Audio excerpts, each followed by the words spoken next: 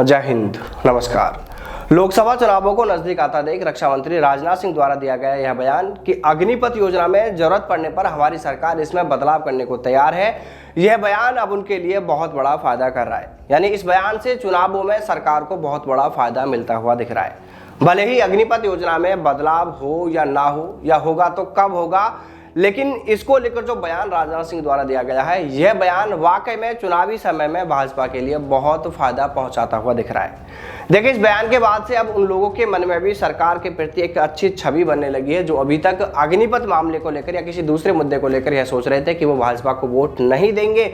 लेकिन इस बयान के बाद से अब उनके मन में भी एक ऐसी छवि सरकार को लेकर बनने लगी है कि वो भी अब भाजपा को वोट देने की बात कर रहे हैं। उनके मन में ऐसा ख्याल आने लगा है कि सरकार युवाओं के साथ में गलत नहीं कर रही है, और अगर फिर भी युवाओं को लगता है कि ये योजना गलत है, उनके साथ गलत हुआ है, तो फिर इस योजना में जो खामियां हैं उनको सुधारने की बात भी तो सरकार कर रही है। और यह सोचकर सरकार के प्रति उनके मन में एक अच्छी छवि बन रही है। लेकिन उन्हें यह कौन समझाए कि यह सिर्फ चुनावी जुमला भी हो सकता है, क्योंकि अगर अग्निपथ में सरकार को बदलाव करना ही है तो फिर क्यों नहीं कर रही है, किस बात का इंतजार किया जा रहा है।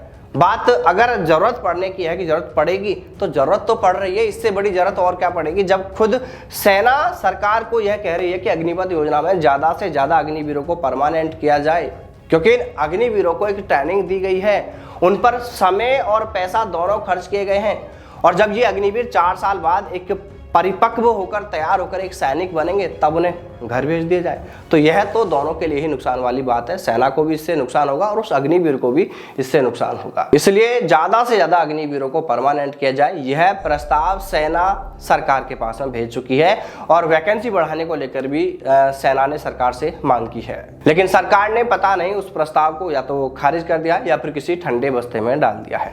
देखिए, अभी 2 अप्रैल को दिल्ली में एक सैन्य सम्मेलन का आयोजन भी किया गया है, और इस सैन्य सम्मेलन को लेकर भी यह आस थी कि अगर राजनाथ सिंह ने अग्निपथ योजना में बदलाव को लेकर इतना बड़ा बयान दिया है तो शायद इसको लेकर इस सम्मेलन में भी कुछ और देखने सुनने को भी मिल सकता है। लेकिन ऐसी कोई जानकारी इसको लेकर सामने नहीं आई है जिसमें अग्निवीर योजना पर या योजना में बदलाव को लेकर कोई चर्चा हुई हो। हालांकि अगर इसको लेकर कोई चर्चा हुई भी होगी तो फिर इसको लेकर जानकारी बाहर नहीं दी गई है, वो अंदर ही अंदर उसको लेकर बात हुई होगी।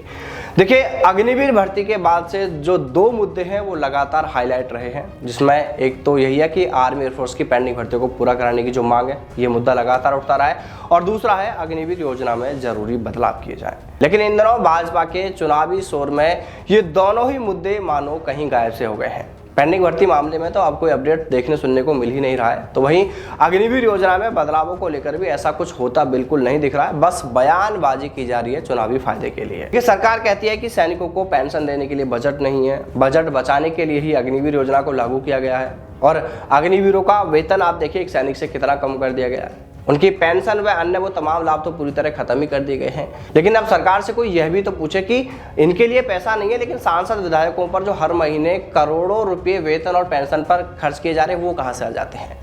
सरकार चुनाव लड़ने के लिए चंदा के रूप में करोड़ों अरबों रुपए का जुगाड़ तो अपने लिए कर सकती है, पर सैनिकों के वेतन और पेंशन के लिए इनके पास बजट नहीं है। देखिए, ऐसा बिल्कुल भी नहीं होना चाहिए। सरकार को चाहिए कि अग्निपथ योजना में जो भी जरूरी बदलाव किए जाने हैं, उन बदलावों को समय रहते कर लिया जाए, ताकि उसका लाभ सभी को मिल सके। ऐसा ना हो कि एक बैच के बाद में कुछ बदलाव किए जाए, कुछ समय बाद बदलाव किए जाए, कुछ युवाओं को इसका फायदा मिल जाए, कुछ को ना मिले, तो यह ठीक नहीं होगा। समय रहते इसमें जरूरी बदलाव कर लिए जाए। तो वहीं जो पेंडिंग भर्ती वाले युवा है, आर्मी एयरफोर्स की जो पेंडिंग भर्तियां हैं जिनको ज्वाइनिंग दी जानी है, उन युवाओं को भी उनका हक जरूर लौटाया जाए। चलिए दोस्तों, फिर मिलते हैं सेना में सेना भर्ती से जुड़ी तमाम बड़ी खबरों के साथ। तब तक सावधान रहें, दलालों से दूर रहें, अपना और अपनों का ख्याल रखिएगा। जय हिंद, जय भारत, वंदे मातरम।